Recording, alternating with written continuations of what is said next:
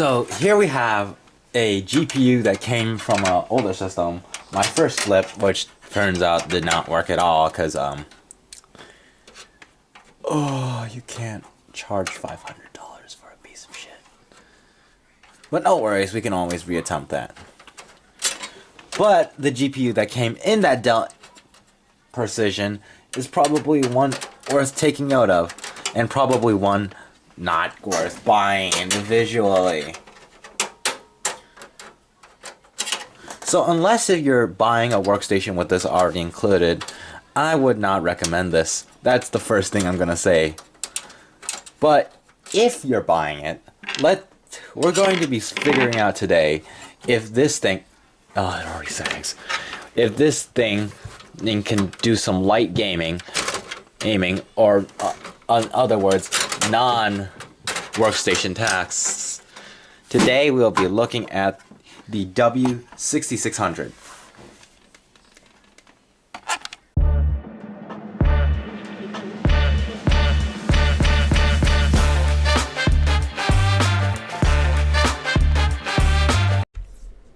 Well, there's another reason why you should not be using workstations as graphics cards. That's dumb. You can use workstations as regular old gaming graphics cards, but boy, does this one's cooling system sound inadequate.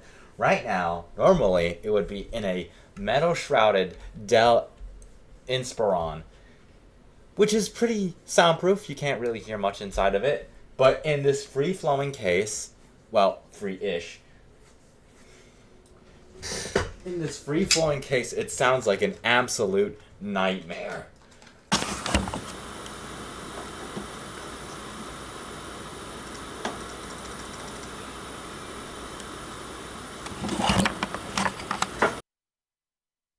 I mean, like, I can tolerate it, but, like, I don't want to be listening to the whiny, screamy fan of the W6600 every time I go on a high-intensive game. He's landlocked! He's landlocked! Rotate all cannons and fire!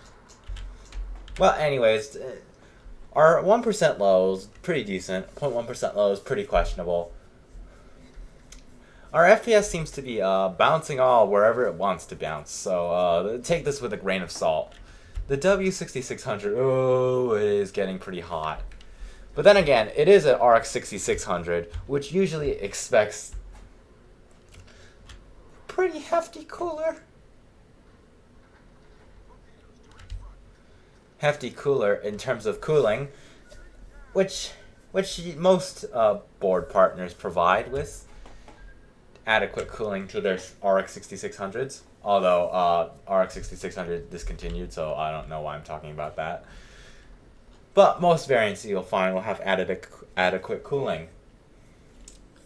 Now let's say, hypothetically, we sprinkle in some, I don't know, workstation ready drivers into the RX 6600, a little more features, and wham!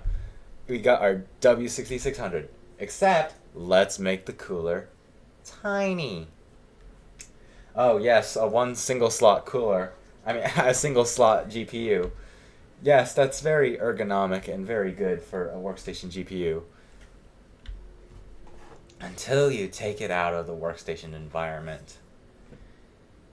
Like, I know, and let's compare to something else. NVIDIA's Quattros, too old. NVIDIA's Workstation RTX line. Okay, let's talk about those. So the RTX line uses the 6000 line uses originally, when it was Ada Lovelace, it used a blower style cooler, but when they switched over to Blackwell, they started using the RTX 5090's cooler, which is a pretty decent cooler in itself. So that means it's only gonna get as loud as a 5090, or as loud as it overheats. And then meanwhile, you got Radeon workstations, which have never been, which were never intended to which never intended to ever see the light of day outside of a workstation, a Xeon workstation. So I honestly don't know what to say. I don't know whether to blame this thing for being a workstation card or give it leeway because it is a workstation card.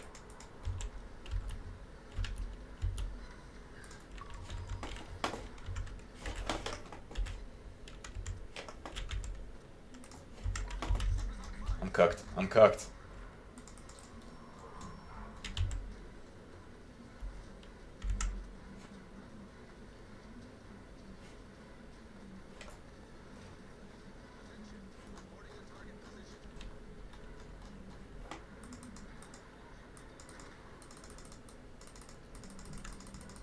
Imagine if this all clutches. No, it ain't clutching.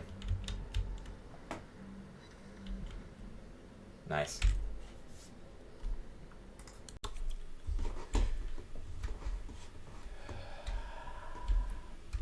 In Cyberpunk 1080p low ray tracing settings, we see that the W6600 does a pretty decent job at, well, being a GPU. It has a GPU die after all. And performance-wise, it's probably comparable to an RX 6600. So, not much to talk about there. VRAM usage, we're using around 6 gigabytes, so this is already beating the RTX 3050. But then it's not costing any cheaper than the RX 3050 on terms of the used market, if I'm checking right now. Our CPU is barely registering that this card is existing. So it's probably better if you're gonna get this card with a Alder-like CPU. I recommend you get the i3. But this isn't Alder-like. This is a 14 an i5 with the fancy schmancy E-cores.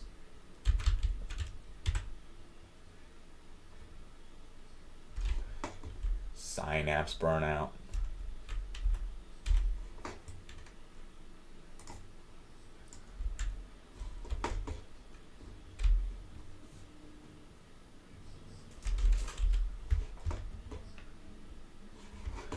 Alright, it's time to get moving. And quick.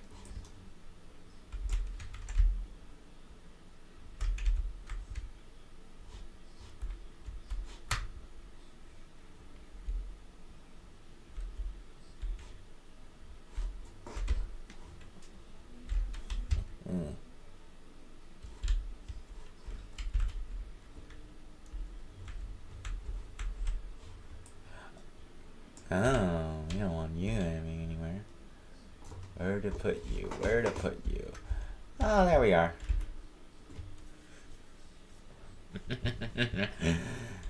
This thing has RT cores, so we should be fine. I think I already said that. I don't know. I'm losing track. It's hard for me to game and talk at the same time. But while I am trying to game and talk at the same time, we're going to be talking about how loud this thing is, which I already said in the World of Warships test, but it is seriously loud.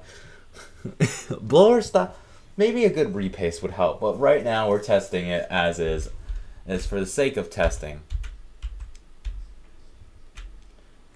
Does this thing have any weapons?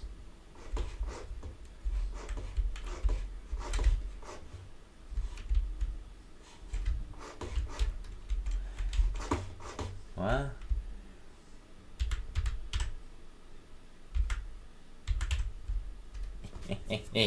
We're gonna burn him out. What else is there to talk about? Contagion. We're gonna be talking about the Wham crisis and how every budget build is going to hell. And the average budget build now costs around the same price as this GPU, because the RAM alone means that you're not getting a CPU. You're gonna have to work with something like an integrated APU or a Steam Deck, a laptop, a Chromebook. Somehow, some way, gotta figure it out. We might be returning to older GPUs I can see where this is, if I can see where this is going. And what I mean by older GPUs, I mean really older GPUs. I mean, I'm talking about 5,000 series, 6,000 series if you're lucky, and maybe a 2070. But the Alchemist is always an option. The Intel Arc A310 is pretty low. But then again, I once said that in a tech server, and they told me, no, the A310 is slower than the RX 6400. You noob. Okay. But the A310 has better drivers and AV1 encoding. That's not a valid point, because we're talking about building a budget gaming system, not a budget NAS, which is pretty different between the two. So if you are getting A310, make sure you have rebar for the best fighting chance you got. Otherwise, just get the RX 6400.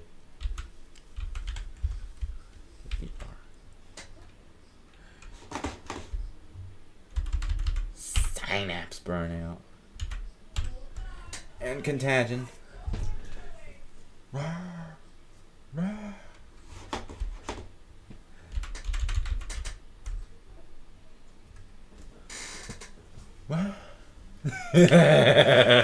Alright, let's go to the next test. In Overwatch 1080p Ultra settings, we're doing a little something different today, as for this one, I wasn't able to talk during the footage recording, so you won't have my live reactions to every death and moment. But here I am playing Ana in Stadium, although I have no idea who would ever choose Ana in a Stadium game, because it's probably one of the worst supports for a choice in a game like Stadium, where you're literally the first thing to be targeted or killed. Being a sniper and a healer, meaning that people just sneak up on you. that Reaper almost had me there. But let's get back to actually benchmarking this thing. On average, we're seeing around 95 FPS on our averages, a 1% low of 74, and a 0.1% low of 68. Not bad, not great, not terrible, but we can do better, especially considering that this is a workstation card. And why am I going to say, oh, you should have gotten an RTX something and talk again? No, actually, I'm going to say something you can actually do with this card. This is a workstation card, so you could pull it out, post it on eBay, and put it up for sale. You see, people still need workstation cards like these for whatever workstation applications, though. Although you won't get as much people looking at it because some applications, I'm sure a lot of software developers and other high college students know what I'm talking about, need CUDA cores, and this thing just does not have that. So don't expect to get $300 for what is essentially a blue card just meant for basic rendering with some added flavors. But you still have the option of selling this pretty decent graphics card that's selling around $200 to $400 on eBay, but don't expect anyone to purchase it immediately. You can upload it onto eBay, let it sit for a couple days, someone snags it, and you can reuse the money into actually financing a more gaming dedicated GPU, like an RTX 5050, which is the worst example I should have said. But then again, it is an option considering that Nvidia has nuked all the 50 series between 5060 and 5070 Ti. So you're essentially stuck with if you want a new Blackwell GPU, you gotta have a 50 series. But AMD, on the other hand, they still are making their 90 series GPUs because those are using GDDR6 and it's not affected as RAM by the AI bubble as much, which is gonna pop in 2027. But it's gonna be a while since before that pops, so you're gonna either have to go with a used RX 6700 XT or a brand spanking new 9060 XT.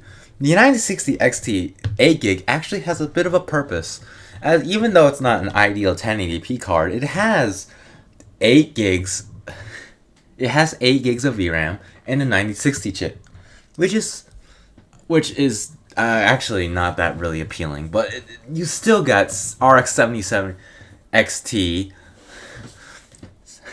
RX 7700 XT performance on what is essentially a very budget card. Although it's not a budget card by my standards, it's a budget by definition because it is the lowest AMD has to offer in terms of budget solutions.